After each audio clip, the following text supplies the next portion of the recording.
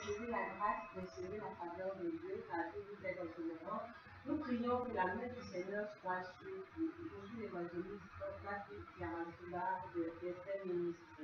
Alors, je voulais partager avec vous un moment de partage au travers de la parole de Dieu.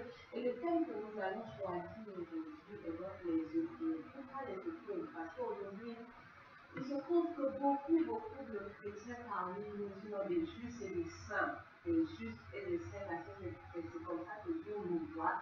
Nous sommes tout le temps en train de demander à Dieu de nous donner des choses. Oh Seigneur, nous voulons ci, nous voulons ça. Au point où nous avons oublié que les épreuves font partie de la vie, de la vie des saints, de la vie des justes, de la vie des gens qui sont engagés en Dieu.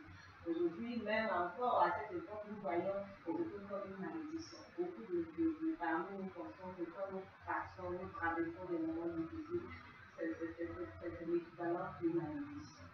Alors, un jeune prédicateur a posé la question à un de ses amis. Il lui a demandé quelle est la preuve initiale que vous êtes rempli de l'esprit. Quelle est la preuve initiale que vous êtes en train de travailler pour Dieu? Et quelle est la preuve initiale que vous êtes appelé pour le ministère? Et son ami lui a répondu, après beaucoup d'hésitation, il lui a dit simplement que la preuve initiale, c'est les troubles. C'est les troubles. C'est-à-dire que c'est quand vous êtes troublé, quand vous avez des difficultés, quand vous avez des problèmes, c'est ce qui prouve que Dieu est avec vous. C'est assez paradoxal, mais nous allons voir Luc 3, le verset 16 à 17. La Bible leur dit au verset 16 de Luc 3, il leur dit à tous, moi je vous baptise d'eau, mais il vient. C'est lui qui est plus puissant que moi, et je ne suis pas digne de délier la courroie de ses souliers. Lui, il vous baptisera du Saint-Esprit et du feu. Alors voilà, il vous baptisera du Saint-Esprit et du feu. Le feu implique les difficultés. Le feu implique les troubles. C'est vrai que quand on entend le feu, on dit oh, feu, faya, faya.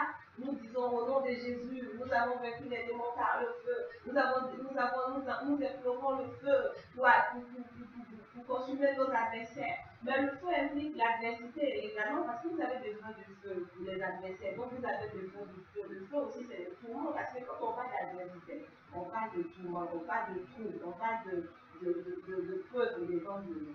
Donc les problèmes sont le premier signe qu'un individu a qui vous dit que le Seigneur est avec moi. Parce que vous savez, j'ai l'habitude de dire, si vous marchez en même temps de la même façon qu'avec quelqu'un, vous êtes face à face, vous avez la même marché, vous ne venez pas à l'encontre de la personne, donc vous êtes d'accord. Mais quand vous allez à l'encontre de quelqu'un, c'est normal que vous cassiez comme ça. Et donc c'est normal qu'il y ait des moments difficiles dans votre vie parce que vous ne marchez pas selon les principes du monde, vous marchez selon les principes d'un père. Et Jésus nous a dit que nous sommes dans le monde, mais nous ne sommes pas du monde. Donc les épreuves sont tout à fait normales. Et un serviteur de Dieu a dit qu'un individu est considéré fort et lorsqu'il est encore debout, quand tout autour de lui est tombé, tout le monde est tombé par la pression, quand tout le monde est tombé par le découragement, quand tout le monde est tombé par des situations difficiles et que vous êtes encore debout, c'est là que je dis que vous êtes fort. Vous n'êtes pas fort quand vous tombez chaque fois, quand tout le monde est tombé, que vous aussi vous êtes tombé, vous êtes fort quand vous restez debout, quand vous restez droit, quand vous savez que vous avez choisi quelqu'un parce que en fait, vous n'êtes pas debout parce que c'est vous qui êtes fort, mais parce que celui qui est en vous vous rend fort. Et nous allons donc lire Éphésiens 6, verset 1. Éphésiens 6, verset 1, qui nous dit, la Bible dit dans Éphésiens 6, verset 1, il dit enfants, obéissez. Non, excusez-moi, Éphésiens 6, verset 13. Il dit, c'est pourquoi prenez toutes les armes de Dieu afin de pouvoir résister dans le mauvais jour et de tenir ferme après avoir tout surmonté. Tenez donc le ferme, et abonnez la vérité pour servir, revêtez la grâce et la justice. Il dit, prenez toutes les armes de Dieu afin de résister ferme. De résister donc ferme dans les mauvais jours. C'est-à-dire que quand les mauvais jours se présentent, Dieu ne vous dit pas qu'il n'aura pas de nouvelles, mais il vous dit qu'il nous fait. C'est l'ordre qu'il vous donne. Il veut que vous restiez debout. Lorsque vous allez rester debout, vous allez comprendre qu'en fait, pendant les épreuves, Dieu est en train de vous enseigner quelque chose. La première chose que Dieu veut nous enseigner, c'est la patience. La patience. Dieu veut que tu sois patient. Il veut donc par les épreuves enlever le meilleur de toi. Parce que vous savez, il est souvent important que les épreuves viennent pour que nous nous connaissions. Parce que quand il n'y a pas d'épreuve, quand vous êtes dans votre zone de confort, quand vous êtes bien, tout va bien avec monsieur à la maison, madame ne trouve pas le besoin de prier, quand tout va bien avec madame, monsieur ne trouve pas le besoin de prier, quand l'enfant il est là et que tout le monde est content, comme on le dit en français, tout le monde il est beau, il est gentil. Tout le monde pense que ouais, la vie c'est comme ça, c'est intéressant. Mais à un moment, Dieu a envie de t'emmener à un autre niveau. Il se dit, il faut que tu ailles à un autre niveau, il faut que tu montes. Vous savez, naturellement, même généralement, nos enfants vont à l'école, on leur fait passer des tests pour aller à l'école, à l'autre classe supérieure. Et quand vous voyez ces tests-là, j'ai l'habitude de dire à des moments, vous traitez-moi comme de test, parce qu'il n'a pas réussi à son test. Et pourtant, combien de fois nous avons nous-mêmes échoué à des tests que Dieu nous a présentés? Combien de fois nous avons échoué à des tests que Dieu nous a présentés parce que Dieu a voulu simplement nous amener à un autre niveau pour nous parler. Il nous amène à un autre niveau pour nous rapprocher de lui. Lorsque l'épreuve arrive, lorsque les épreuves se présentent, nous disons, oh Dieu nous a abandonnés, oh Dieu nous a abandonnés. Et il y a cette phrase constante qu'on attend souvent de la part des justes et des gens qui sont appelés par le Seigneur, oh pourquoi moi? Pourquoi c'est à moi que ça arrive? Et je dis là, j'ai l'habitude de dire que quand tu vas voir un frère pour le reconforter quand il a une difficulté et qu'il te dit pourquoi moi, cours de sa maison parce qu'il veut dire que ça devrait être toi. Mais ça peut être tout le monde. Si ce n'est pas toi, ça peut être d'autres. La Bible même dit encore que nous sommes dans le Seigneur, nous avons l'Esprit de Dieu. Mais que les épreuves que nous vivons, nous soutenus par le Saint-Esprit, nos frères qui sont dans le monde vivent des épreuves plus ténaces que ça. Mais eux, ils ont quoi? Ils n'ont rien. Et c'est pour cela que toi qui m'écoutes et qui n'as pas encore Christ, je veux te parler. Je veux profiter pour te dire que la seule personne qui va te permettre de sortir de cette situation de drogue que tu vis, c'est Jésus. La seule personne qui va te permettre de sortir des griffes de ce monsieur qui n'arrête pas de te battre tous les jours. Écoute-moi, femme, tu es une femme de valeur. Tu as rencontré ce monsieur, tu l'as aimé. Et maintenant tu es avec lui, il va te frapper. Il te frappe le matin, il te frappe le soir. Il t'oblige même à te prostituer. Il t'oblige à prendre des doses de drogue. Ta vie est fichue pendant que tu sais que tu as du talent. Et tu dis, oh, je l'aime. Qu'est-ce que je peux devenir sans lui? Dieu te dit, tu peux devenir quelque chose. Prends sur toi de le quitter. Prends sur toi de te dire, moi, je peux faire autre chose parce que les épreuves ne sont pas faites pour te tuer. Ce n'est pas pour ta paix.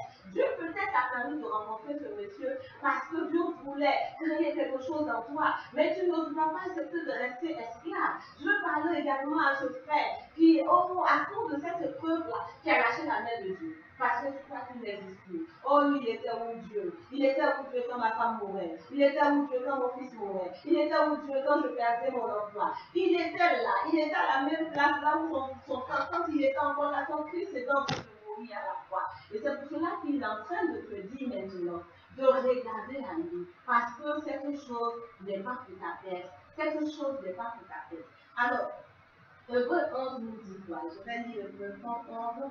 La Bible dit dans le livre de Hébreu 11, le verset 35, Hébreu 11, 37, des femmes découvraient leur mort à la résurrection, d'autres furent livrés au tourment et n'acceptaient point de délivrance, afin d'obtenir une meilleure résurrection. D'autres subirent les moqueries, les fouets, les chaînes et les prisons. Ils furent lapidés, sciés, torturés, ils moururent tués par l'épée. Ils allaient ça et là, ils étaient vêtus de peau de brebis et de peau de chèvre. Ils étaient dénudés de tout, persécutés, maltraités. Eux, dans le monde, ils n'étaient pas dignes. Errant dans les déserts et les montagnes, dans les cabanes et les ordres de la terre. Tous ceux-là, à la fois desquels ils avaient rendu ce mariage, n'ont pas obtenu ce qui leur était promis. Alors vous voyez que des gens ont été sciés. Quand j'ai vu ce message, je me suis dit, oh my God. Il arrive que souvent nous lisons la Bible, nous prenons les versets qui nous intéressent. Et quand nous voyons comment les disciples de Jésus sont partis après la mort de Jésus, après sa résurrection, comment ils ont été persécutés, comment Thomas est décédé, comment lui aussi a été décapité. Et nous lisons et nous croyons que c'est des femmes, c'est des bonnes histoires. Mais c'est des hommes et des femmes qui ont vécu des expériences pareilles. C'est des hommes et des femmes qui ont laissé leur sang au nom de leur foi.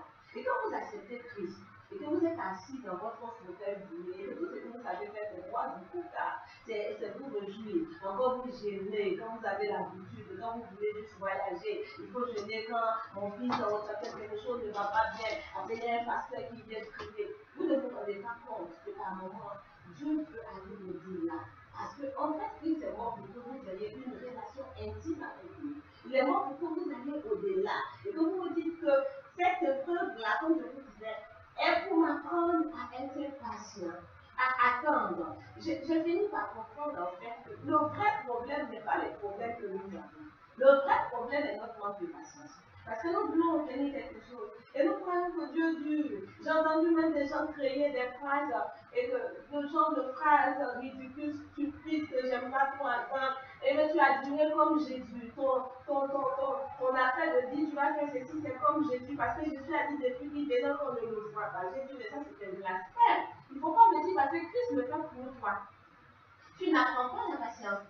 Et tu n'as pas à juger Dieu pour ce que Christ est en train de te donner le temps de transformer ton caractère et de te donner d'être patient, de savoir attendre. Et pourquoi tu as envie d'apprendre de Dieu quand tu es malade?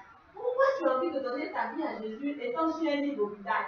Pourquoi tu as besoin que quelque chose de bizarre t'arrive pour que tu finisses par confesser Christ? Pourquoi tu attends d'être en prison pour dire que je veux donner ma vie à Jésus? Pourquoi tu attends d'être admis à moitié mort, de ne même plus avoir? Qui t'a dit que quand on est joli, on ne peut pas donner sa vie à Jésus? Est-ce que ce n'est pas mieux pour toi de donner ta vie à Jésus dans ton fauteuil climatisé, dans ta maison climatisée, dans ta condition, que d'attendre que le drame arrive pour que tu donnes ta vie à Jésus? Et ça te rappelle, n'attends pas la tentation, n'attends pas l'échec, n'attends pas le malheur pour venir à Jésus. C'est vrai qu'il est la solution, mais encore, tu peux encore décider de venir. Tu peux encore décider d'aller à un certain niveau. Je dis ça parce que souvent, il y a des gens même qui attendent que Dieu leur impose une situation bizarre pour qu'ils comprennent qu'en fait Dieu veut leur parler. Dieu a interpellé certaines personnes. Il t'a interpellé. Oui, j'ai envie d'être avec toi. Je veux passer un moment. Il y a des moments où Dieu te dit d'être ton téléphone. Il y a des gens qui, je l'habitude de me moquer de certaines personnes. Quand ils achètent un téléphone, le téléphone ne dit pas parce que même dans la maison, c'est Dieu veut répondre. Beaucoup d'appels. Ils sont trop busy. Ils ne tiennent jamais leur téléphone. Même pendant la prédication, le téléphone est en éveil. Et il faut qu'ils répondent à des coups de fil. Ils n'ont pas de respect pour le sacré. Ils n'ont pas de respect pour Dieu. Et quand ton téléphone veut durer, parce qu'en fait, il n'y a rien en toi qui montre à Dieu que tu es capable d'attendre, que tu es capable d'être sage, que tu es capable de pouvoir surmonter le preuve avec beaucoup de dignité. Et Dieu veut qu'il y ait des hommes et des femmes qui commencent à comprendre. C'est pour ça qu'il dit que l'obéissance vaut mieux que le sacrifice. Parce qu'en fait, toutes ces choses qui vont arriver après, ça rentre dans l'ordre du sacrifice, alors que Dieu veut simplement pouvoir te communiquer quelque chose et que tu obéisses. Je vais vous raconter l'histoire d'une jeune dame qui était cadre dans la société. Et cette jeune dame était payée après je ne sais pas, elle avait beaucoup d'argent par mois. Elle était cadre, je vous dis, dans une société, et pas n'importe quelle société. Et cette jeune dame sentait que Dieu voulait lui communiquer quelque chose. Et chaque fois quand elle allait au bureau, elle se mettait là et l'Esprit de Dieu commençait à lui parler. À lui dire, il faut que tu fasses ça, il faut que tu fasses ceci, il faut que tu fasses ça. J'ai envie que tu pries. Mais je prie comment, Seigneur? Je dois recevoir des gens, mon patron m'a donné du travail. Et vous savez ce que Dieu m'a dit à cette femme? Un jour, rends démission, quitte la société. Et cette femme dit, non, ça c'est pas Dieu. Ça ne peut pas être Dieu qui va lui demander d'arriver du travail. Et bien si, quand Dieu veut quelque chose, il l'obtient. Et Dieu lui a dit, tu dois rendre démission. Et elle a rendu démission. Et Dieu lui a dit, vous savez ce que Dieu va lui dire? J'ai besoin de t'utiliser pour un moment. Va dans telle maison précisément et demande à cette famille que tu as envie de travailler là comme une servante, comme un employé de maison. Vous imaginez une femme qui travaille, qui a tous ses diplômes. Dieu lui dit, descends et va demander à cette famille que tu veux rentrer comme un employé de maison. Et cette dame va, elle tape la porte. Et la dame qui la reçoit, qui lui dit, oh, il y a longtemps que j'ai demandé au Seigneur un signe. Je cherchais une gouvernance de maison et Dieu merci que vous êtes là parce que je dois faire ci et ça. Vous êtes à bienvenue. Les amis, elle rentre dans la maison et c'est une maison à problème. Le père qui abusait de la fille, la mère qui était carrément désorientée, des enfants qui brouillaient, c'était vraiment, l'ennemi était assis dans cette famille, le suicide était à la porte de la vie d'un de leurs petits garçons. Et cette dame, quand elle est rentrée, le Seigneur a ouvert ses yeux, elle a vu que cette famille était en train d'aller à la catastrophe. Elle a commencé à prier. Dieu lui a dit, tu vas rester là, tu vas prier, jeûner, parce que ma mission c'est avec cette famille. Elle a commencé à prier, elle a commencé à jeûner, elle a commencé à parler à la mère, commencé à régler le problème du père. Et par la grâce de Dieu, cette famille s'est convertie. Et quand cette famille s'est convertie, Dieu lui a dit, tu as reçu ta mission, je vais t'envoyer à une autre mission. Quand tu auras fini la deuxième mission que je vais te donner, je vais te replacer dans une société et tu auras plus d'argent que tu l'avais. Et je vous assure, Dieu l'a fait. Quand elle a fini sa deuxième mission, Dieu lui a dit, tu attends, en 3 mois je te donnerai du travail. Elle a eu un travail et elle était à un poste plus élevé que là où elle était quand Dieu l'a tirée. Dieu ne va jamais vous envoyer quelque chose de bête. Le problème est qu'il y a des moments, combien de fois Dieu t'a dit laisse mon travail? Combien de fois Dieu t'a dit laisse partir de jamais, comme il disait, laisse partir cette chose, laisse le caractère qui ne m'honore pas, laisse cette relation, ça sera pour ta peine. Mais tu as trouvé que non, tu étais plus intelligent que Dieu, tu as voulu jouer les petits malins et tu as commencé à te plaindre. Beaucoup de d'entre nous, quand il y a des épreuves, au lieu de voir Dieu qui est en train de sonder notre cœur, nous voyons Satan. Oh, c'est le diable. Mais vous savez, je vais vous dire quelque chose qui va vous surprendre. Le diable ne peut jamais rien faire dans votre vie sans l'accord de Dieu. Yes. Il ne peut rien faire sans l'accord de Dieu. Regardez avec Job. Job a dit, il avait dit même d'abord, dans le livre de Psaume 11, verset 5, il dit que l'Éternel sonde les cœurs. C'est-à-dire que c'est Dieu qui vient vous sonder ton cœur. Et Job l'a dit, dans Job 19, le verset 21, il a dit, l'Éternel est venu, il a voulu montrer à Job. Il a dit que le diable allait, mais avant de s'attaquer à Job, le diable était obligé d'aller voir Dieu pour lui parler. Mais ce qui était intéressant dans l'histoire de Job, c'est que Job n'a jamais parlé à Satan, vous l'avez remarqué. Job n'a fait que parler à Dieu. Parce que Job savait que si Dieu ne l'avait pas permis, le diable ne l'aurait pas touché. Donc Job ne parlait qu'à Dieu. Il disait, il défendait sa cause devant Dieu. Parce qu'il se disait, si Dieu donne son mot d'ordre, le diable va arrêter le massacre. Et j'ai envie de te dire, que par moment tu penses, le Seigneur est là quand le diable vient te toucher. Dieu sait qu'il t'a touché. La Bible dit une chose arrivera telle fois que l'Éternel te l'a ordonné. Donc ce qui t'arrive, Dieu le sait. Alors inutile de vouloir chasser le diable pendant 1000 ans pendant que tu ne bouges pas Dieu. Inutile de vouloir faire des jeûnes et des prières pendant que tu ne bouges pas Dieu. Parce qu'en fait, beaucoup parmi nous dépensons de l'énergie pour chasser le diable que d'écouter Dieu. Et pendant que si tu écoutais seulement Dieu, le diable serait moins fort. Et je vais vous dire quelque chose. Vous savez, quand vous lisez la Bible, dans le livre de Genèse, le diable est venu à Ève sous la forme d'un serpent. Quand vous lisez Apocalypse, il devient un dragon. À votre avis, pourquoi? Qu'est-ce qui se passait qu'un serpent devient un dragon? Le serpent est devenu un dragon à cause de la confession des chrétiens, la confession des justes, la confession des saints. Parce que la Bible dit que dans notre bouche, il y a une notion. Et nous n'arrêtons pas d'appeler Satan à toutes les situations et à toutes les occasions. Il y en a même qui adorent plus Satan que Dieu. J'ai dit adorer en lui parce que toutes les choses, c'est le diable. Ils sont devenus susceptibles. Tu ne peux pas saluer quelqu'un, c'est Satan. On ne peut pas parler à nous, c'est diabolique. Oh, le diable est ici. À force de dire le diable, la Bible dit quoi?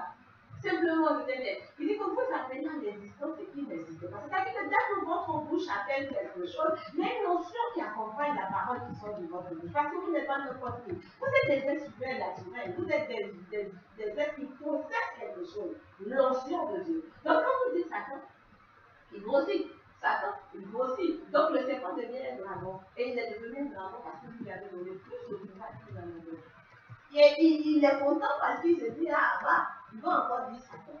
Alléluia. Alors, mon frère, ma soeur, je t'exhorte à accepter les épreuves, à les vivre avec passion. Vous savez, j'aime bien, quand on a vu le film La Passion de Christ, J'ai aimé l'expression de la passion qui a été utilisée pour déterminer parce qu'effectivement, il fallait de la passion pour faire du Christ.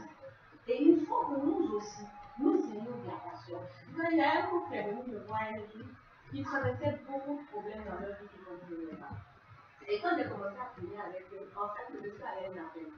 Mais il refusait de me dire à la tête parce qu'il se disait, si tu lâches le travail, comment je vais vivre? Ça aussi, j'ai dit, je trouve toujours ça bizarre, mais bon, ça c'est notre vie humaine. Comment quelqu'un qui a fait le ciel et la terre t'appelle, et puis toi, tu te poses des questions, comment je vais vivre alors que c'est lui qui peut tout ça, ça montre un peu notre degré de confiance que nous avons.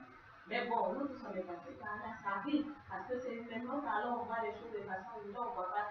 Alors, ils ont commencé à traverser des moments difficiles. Et je leur ai dit un jour, je lui ai dit, écoute-moi, pasteur, j'ai envie de te demander d'être engagé, de payer le temps que le Seigneur veut que tu payes. C'est le temps de la consécration. Vous savez, souvent, j'entends des serviteurs, je te dis, oh, mais quand tu vois des gens, tu dis que Dieu les a appelés, qui ne veulent pas travailler, c'est des bons pas, parce que nous, Dieu nous a appelés, nous, on travaille, écoutez, chacun son histoire. Dieu peut demander à quelqu'un d'être dans un moment de consécration, et après, il peut te demander d'aller faire autre chose. Je viens de vous raconter l'histoire de cette fille qui a quitté le palais pour descendre en tant que servante dans une maison, en tant que gouverneur dans une maison. Donc, Dieu fait ce qu'il veut.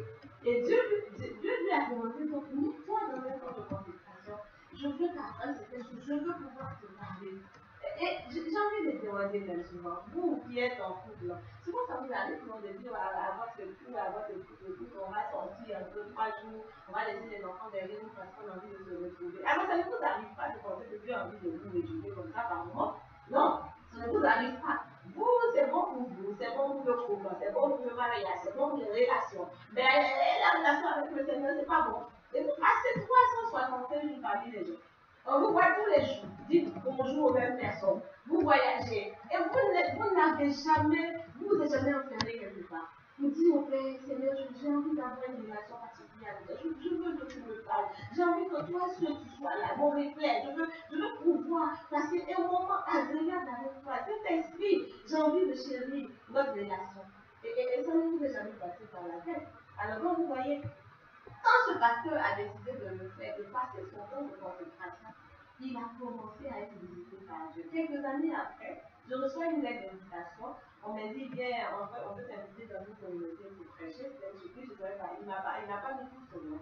Je vais dans la communauté, on me reçoit en triomphe. Je vois une grande communauté des soldats et je le vois qui sort. Je le vois qui sort, habillé, grossi, il était devenu. Je dis, ah, je regarde son épouse. Je dis, mais c'est pas possible. À quel moment? Il me dit, maman, quand on t'a laissé, on est allé comme tu nous as dit. On a cherché la voie de Dieu. Et Dieu nous a restaurés. Et on a compris qu'on avait perdu notre temps à nous poser des questions parce que le Seigneur nous a mis l'âge. On s'est consacré et le Seigneur a répondu. J'ai dit, my God. Et c'est eux qui vont me rappeler que maman, est-ce que tu sais que tu nous avais dit une phrase qui est restée dans notre tête. Et je me demande à qui il a dit. Ils m'ont dit, tu nous avais dit, vous aurez honte quand vous allez commencer à servir Dieu. Dieu va vous faire avoir honte parce que Dieu ne garde jamais son nom. Je dis, ah bon, ils m'ont dit oui, que oui, tu nous avais dit ça avant qu'on te laisse. Et on a vraiment eu honte parce que le Seigneur nous a vraiment mis au large. Alors, il faut savoir compter sur Dieu. Il faut savoir compter sur Dieu. La Bible dit dans 1 Corinthiens 10, le verset 13, il dit, aucune tentation ne vous est survenue qui n'ait été humaine. Et Dieu, qui est fidèle, ne permettra que vous soyez tentés au-delà de vos forces. C'est-à-dire que quand Dieu vous donne une tentation, c'est que Dieu sait que vous allez pouvoir vous en sortir. Et pour Rachel, Dieu te fait confiance. Patricia, Dieu te fait confiance. Esther, Dieu te fait confiance. Suleiman, Dieu te fait confiance. Fatimata, Dieu te fait confiance. Aya, Dieu te fait confiance. Prisca, Ephrasie, Dieu te fait confiance. Écoute, Dieu te fait confiance, David. Il sait que tu as les moyens, il sait que tu as la potentialité, il sait que tu as la capacité. Tu peux sortir de cette histoire et tu vas sortir triomphant parce que Dieu t'en a donné les capacités. Dieu sait qu'il peut compter sur toi. Mais le problème, c'est que toi, tu ne veux pas compter sur Dieu. Parce que tu es très occupé à regarder à autre chose, occupé à croire à autre chose. Et du coup, tu perds ta force. Dieu te prépare toujours. Il te prépare pour quelque chose de plus glorieux. Il te prépare toujours pour quelque chose de plus glorieux. Alors, la promesse, Dieu nous donne toujours une promesse dans l'épreuve et dans la persécution. Toujours, il y a une promesse qui est accompagnée dans le peuple. Il vous a dit tout à l'heure qu'il ne permettra pas de peuple au-delà de votre force. Mais en même temps, il vous donne toujours une promesse dans le peuple. Il vient et il fait de vous des hommes forts. Il fait de vous une femme forte. Il fait de toi une femme formidable. C'est-à-dire, le peuple vient te donner une carte. Le peuple vient pour t'affermir. Vous savez, souvent il y a des entreprises où quand vous allez avec vos dossiers, et vous demandez si vous avez de l'expérience. Si vous n'avez pas d'expérience, ils sont contrariés. Parce que tu peux avoir beaucoup de diplômes sans expérience. On ne sait pas à quoi tu vas servir vraiment. Mais il y a des gens qui n'ont même pas le diplôme mais qui ont de l'expérience qui servent plus que ceux qui ont des diplômes. C'est pour vous dire que Dieu a envie de vous donner de l'expérience. Il veut, au travers des épreuves, vous donner de l'expérience. Il veut que vous compreniez que dans les épreuves, il va vous apprendre à développer certaines facultés. C'est l'homme a tellement de puissance. L'homme en lui-même a tellement de puissance. Mais souvent, l'homme va être confronté à certaines choses qui le bloquent pour pouvoir sortir le meilleur de lui-même. Et c'est ce que Dieu fait quand il vous impose, il vous envoie des épreuves, c'est pour sortir le meilleur. C'est pour vous donner le pouvoir de grandir. Si les anglophones ont une expression, ils disent direction, ils disent reject is another direction. C'est-à-dire que quand tu as l'habitude d'aller dans la maison de quelqu'un, et que tu crois que si tu ne vas pas dans cette maison, tu ne seras pas en paix. Le jour où cette personne décide de te dire, ne viens plus chez moi, il est en train de te dire, il y a beaucoup d'autres maisons que tu n'as pas encore visitées. Donc tu ne dois pas t'alarmer parce qu'une maison t'a dit ne rentre plus chez moi, il y a encore 1 million de maisons que tu peux visiter. C'est-à-dire qu'il y a encore des expériences que tu peux faire. Quand tu es quelque part et que les gens ne veulent plus de toi, et que les gens te rejettent, c'est-à-dire qu'ils sont en train de te dire, écoute, va voir ailleurs, parce que peut-être ailleurs quelque chose de bon pour vous. Alors donc, n'hésite pas d'aller voir ailleurs et ne te laisse pas éteindre parce que tu es en train de vivre des temps de vie. Je veux pratiquement finir en vous parlant également de cette grande dépendance que Dieu veut que vous ayez. Accordez avec Dieu. Dépendez de Dieu. Ne soyez jamais plus intelligent que lui. Avec lui, dites-vous que vous ne savez jamais rien. Parce que vous êtes d'accord avec moi qu'il y a des versets que nous lisons. Et lorsque nous lisons ces versets, un an ou peut-être un mois après, vous revenez, vous lisez le même verset, vous avez l'impression que vous n'avez jamais lu le verset. C'est bizarre, hein? C'est étrange. Et il y a des prédications que j'ai pu prêcher. Et même les mêmes prédications, souvent, quand j'essaie de les récupérer, Dieu m'envoie toujours la nouvelle orientation. Vous savez pourquoi c'est comme ça? Parce que la vie de l'homme commence à se mouvoir, ça change, des choses peuvent changer. Et Dieu veut être responsable de chaque aspect de ta vie. De chaque aspect. Il y en a d'autres qui ont donné leur vie sentimentale à Dieu, mais pas leur vie financière. Il y en a d'autres qui ont donné leur vie financière à Dieu, mais pas leur vie sentimentale. Il y en a d'autres qui ont donné à Dieu leur vie de famille, mais pas eux-mêmes. Et Dieu est toujours en train, on veut le replacer, le déplacer, le mettre là où on veut. Dieu dit, je veux être au contrôle de ta tour, c'est-à-dire je veux contrôler tout ce qui est autour de toi, tout ce qui est toi. Je veux être investi en toi. Je veux pouvoir être pleinement en toi. C'est pour ça que Paul pouvait dire que je diminue de toi tu croisses. Tous les jours, Seigneur, que je diminue de toi tu croisses. Parce que quand tu seras en moi et que quand tu vas croître en moi, il y a des choses extraordinaires que je pourrai faire parce que ça ne sera plus moi. Je ne compterai plus sur ma propre force. Je vais arrêter d'utiliser le moi et je vais dire oui, c'est le Seigneur. C'est le Seigneur. Oui, c'est lui qui m'a fait ça. Le Seigneur m'a fait du bien. Le Seigneur, au travers de l'épreuve, vous savez, la pression produit toujours la passion. Vous savez ça, alors, quand on presse quelque chose, on a toujours quelque chose. Si vous prenez un jus d'orange, quand vous commencez à le presser, vous voyez que le jus sort. Même pour avoir un jus d'orange, il faut le mettre dans un jus, il faut que la pression. Donc la pression, ça donne toujours un résultat. Donc les épreuves pour vous, c'est une pression. Pour que vous ayez un résultat. Mais un résultat positif, je veux programmer dans la vie d'une femme qui me dans la vie d'un homme qui me que quel que soit le truc que je suis en train de vivre maintenant. que le Seigneur te donne de pouvoir produire la victoire au nom de Jésus. Je veux proclamer dans la vie d'une femme qu'on a déclaré faite pour échouer. Je veux t'annoncer que le temps du succès a commencé à taper à la porte. Le temps du succès commence à taper à la porte à partir de ta détermination, à partir de l'audace que tu as, à partir de l'engagement que tu vas prendre, de laisser Dieu contrôler tous les moindres détails de ta vie. Je veux proclamer dans la vie d'un jeune garçon qui se cherche, qui est perdu, qui dit que je ne sais pas où j'en suis. Ah ouais, j'étais une femme, mais j'ai envie de devenir un homme. J'ai l'impression qu'il faut que je change de sexe. Je ne me sens pas bien en tant que femme. Écoute, tu n'as pas besoin de changer de sexe, tu as besoin de changer de pensée, tu as besoin de croire qu'il y a quelqu'un qui est plus fort et qui t'aime, que tu aies un sexe féminin, que tu aies un sexe masculin. Lui, il t'aime. Ce qu'il veut, c'est changer ton intérieur. Tu n'as pas besoin de changer ton physique pour être accepté. Et tu n'as pas besoin que ton physique change pour que le monde t'accepte. Lui, il t'a déjà accepté. Il t'imposera aux gens, que tu sois féminine, que tu sois masculin. Dieu veut t'imposer aux gens. Quand il sera rempli en toi, tu vas voir que les gens ne te verront point. Ils verront l'esprit que tu dégages. Parce qu'en fait, c'est avec l'esprit qu'on dit là. Le monde est un monde spirituel. Et nous croyons que c'est le physique. Vous pouvez être la plus vilaine des femmes. Si vous avez un bon esprit, vous serez le plus gentil et le plus beau des garçons.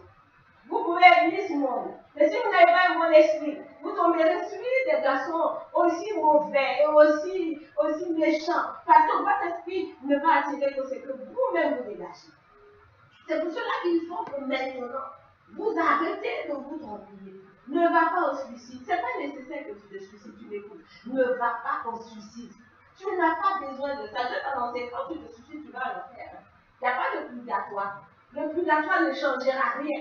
Ne te suicide pas. Ce n'est pas la solution. Affronte les gens, affronte la difficulté. Dis à ce petit Satan qu'il est que la Bible dit, Christ dit, je vous ai donné le pouvoir de marcher sur les serpents, sur les scorpions, sur toute la puissance de l'ennemi. Il dit rien ne pourra trouver. Je veux que tu te tiennes debout avec moi. Tu dis, j'étais debout, je suis debout, et je resterai debout. Je serai ferme, je resterai ferme. Inébranlable. La Bible dit, vous devez être inébranlable. C'est-à-dire que les fouets doivent venir de partout. Mais ne te laisse pas à terre, parce que tu as un objectif. Tu sais où tu vas, tu sais sur qui tu comptes, et tu sais ce que tu as à faire. Vous savez, David l'a écrit à la suite de son plus grand échec dans sa vie. Le plus grand échec de David, vous savez, c'était sa liaison avec Bathsheba. Sa liaison avec Bathsheba. David a fait tuer le mari de Bathsheba, vous pouvez le vérifier dans 2 Samuel 11, et il a pris la femme et il a fait tuer. Et même si les problèmes que David a eu après ça, puisque après il y a eu une suite de problèmes que David a dû, même si ces problèmes avaient été occasionnés par David lui-même, Dieu s'est servi de ces problèmes-là, de son jugement sur la vie de David. Dieu s'en est servi pour amener, pour permettre à David d'apprendre. Vous savez, quand David mourait, il était devenu sale, David a tout subi. Hein. Souvent, je me demande si on se rend compte que les gens d'avant, si David a eu son fils qui a voulu, son propre fils qui a voulu l'éliminer, il a eu son propre fils qui a voulu abuser de sa soeur. David en tant que père, il a été éprouvé, en tant que mari, il a été éprouvé, en tant que leader, il a été éprouvé. Et toi, leader, tu es un leader. Et quand ça va pas chez toi, qu'est-ce que tu fais? Tu prends les jeunes filles de ta communauté et tu vas coucher avec. Et non, j'ai trop de pression. Oh, ça va pas. C'est la tentation. Le Seigneur va te demander des comptes. Le Seigneur va te demander des comptes. Tu n'as pas pensé qu'un leader a une responsabilité. Tu as des responsabilités. Tu ne dois pas faire semblant devant les gens d'être heureux. Pendant que tu es dans le noir, tu vas utiliser les pauvres brebis que Dieu t'envoie pour les guider. Tu les utilises, tu les manipules, tu abuses d'elles. Et le Seigneur n'est pas dedans. Parce que le Seigneur t'attend. Il attend que tu te répondes. Il attend que tu sortes de là. Il dit, tu es un leader. Parce que je t'ai fait confiance. Si ça ne va pas, va vers moi. Lui, Dieu, comme David, il te donnera le moyen de t'en sortir. La solution, ce n'est pas les heures de l'église. La solution, ce n'est pas la journée dans laquelle tu baignes. La La solution, ce n'est pas de porter des vêtements parfumés. Pendant que tout le monde pense que tu es encore à la tête. Oh, tu sais que tu es descendu. Quand le monde t'acclame et que Dieu te réunit, tu n'auras rien à gagner. La solution n'est pas là. La solution est que tu te dis, Seigneur, c'est une épreuve. Je dois m'en sortir. Parce que je me prie, mais j'oublie les autres. Le truc est que tu ne t'opprimes pas toi seul. Toutes les filles avec lesquelles tu sors ne sont pas forcément d'accord avec toi. Et Dieu te regarde. Et c'est la vie des pauvres personnes que Dieu t'a confié que tu dois bâtir, que tu détruis. Et Dieu te regarde. Il attend encore que tu n'aies pas perdu. Tout n'est pas perdu. Tout n'est pas perdu. Tu peux avoir une grande église. Tu as été appelé à aller toucher à d'autres choses pour avoir une église. Tu as pu aller porter des bagues pour que les gens tombent. Mais Dieu dit tout n'est pas perdu. C'est un temps de feu. Enlève la bague. Réponds-toi. Dis à Dieu, je crois que le Saint-Esprit est capable de parler au cœur. Écoute, tu n'es pas obligé de faire comme les autres. Tu n'es pas obligé de faire comme les autres. Ce n'est pas parce que les autres ont choisi la facilité que tu vas choisir. Chacun a son histoire avec Dieu. Et tous les jours, Dieu n'arrête pas de nous enseigner que quelque chose de positif nous attend de nous. Alors je veux t'interpeller. Les épreuves ne sont pas pour ta perte. Je veux que tu retiennes cela. Je veux que ton cœur soit rempli dans toute grâce. Je veux que quelle que soit la situation, quelle que soit la tête d'essai que tu as maintenant, que l'Éternel te donne de te délivrer. Vous voyez cette femme qui perdait le sang pendant 12 ans, qui n'avait plus d'espoir, et qui un jour, au-delà de la religion, au-delà de la tradition, arrive à toucher Jésus. Et Jésus qui communique la guérison à cette femme. Jésus qui sent. Vous savez pourquoi quand Jésus a été touché par cette femme, il s'est retourné. Il a su qu'une fois c'était sorti de lui. Une fois c'est imprévu. Parce que Jésus n'avait pas prévu ça, comme il partait. C'est une fois c'est imprévu. Quelqu'un qui est en train de marcher, et la femme qui se dit, attends, si seulement je peux toucher. Il y a deux challenges d'esprit. Jésus voit que la force est sortie. Peut-être que le fait que la femme ait touché Jésus, la guérison n'était pas prévue pour cette femme. Jésus allait voir quelqu'un d'autre. Et la guérison était prévue pour quelqu'un d'autre. Mais la femme a pris cette guérison. Jésus a su qu'elle vient. Si j'avais 4 canaux de 4 tonnes d'électricité, elle m'a pris une tonne. Je vais comment avec 3 jours. Elle a pris le fond. Tu peux encore prendre quelque chose. Tu peux encore te repositionner. Tu peux encore aller devant sa face. Pour lui dire, Seigneur, c'est que toi seul que j'ai décidé. C'est toi seul que j'ai choisi. Et c'est toi seul qui peux me donner la victoire. Alors je peux t'assurer que quel que soit ce que je pose, quel que soit ce que l'ennemi, quel que soit ce que Dieu lui-même veut te communiquer au travers de cette épreuve, tu auras ta victoire. Je veux prier avec toi. Et je veux te demander d'être fort, parce que je crois que le Seigneur a quelque chose de bon pour toi. Quelle que soit ta position, j'ai beaucoup d'espoir. Je crois que Dieu a quelque chose de bon pour toi. Je ne veux pas que tu en ailles. Sois fort et reçois la grâce. Vous savez, j'ai l'habitude de dire, et je le dis, j'ai lu ça encore quelque part qui m'a rassuré. Je préfère des épreuves qui m'apprennent l'humilité que le succès qui me donne de me perdre devant Dieu. Je préfère les épreuves qui vont m'apprendre l'humilité devant Dieu que le succès qui va me donner de me perdre devant Dieu. Alors donc, je voudrais donc t'exhorter à t'accrocher à celui qui vit à jamais. Et je vais prier avec toi. Seigneur, je te bénis et je te rends grâce. Je glorifie ton nom. Merci parce que, oh Dieu, tu connais nos cœurs, tu vois, tu connais nos cœurs, tu nous connais mieux que ici. Je prie pour ma soeur qui ne te connaît pas peut-être, qui a envie d'aller en eau profonde avec toi, mais qui n'a même pas encore, elle ne s'est même pas donné encore la force d'y aller, libère. Je prie pour cette femme qui est emprisonnée par ses propres sentiments, ses sentiments d'infériorité, son complexe d'infériorité. Libère-la. Je prie, Seigneur, pour ce jeune homme qui est en train de détruire sa vie au travers de la drogue. Libère-le. Je prie pour cette jeune fille qui n'arrête pas d'aller de dans en dedans parce qu'elle a envie de se montrer forte, alors que sa force peut se situer dans un domaine où elle peut aider une personne. Libère-la. Seigneur, je te rends grâce parce que maintenant, tu nous donnes la force d'endurer les épreuves et d'être victorieux, quelles que soient les épreuves qui se présentent devant nous. Seigneur, donne-nous doter la religion, donne-nous doter tout ce qui ne glorifie pas ton nom et d'obtenir la victoire au travers de ton sang, au travers de ta résurrection. Merci, Papa, parce qu'au nom de Jésus, tous les jours tu nous donnes de pouvoir grandir en toi. Seigneur, comme Paul disait, que nous diminuons, que toi tu croisses. Que ton nom soit célébré. Dans le nom puissant de Jésus, j'ai prié. Amen. Que le Seigneur vous bénisse. Et puis on se dit à bientôt. Bye bye.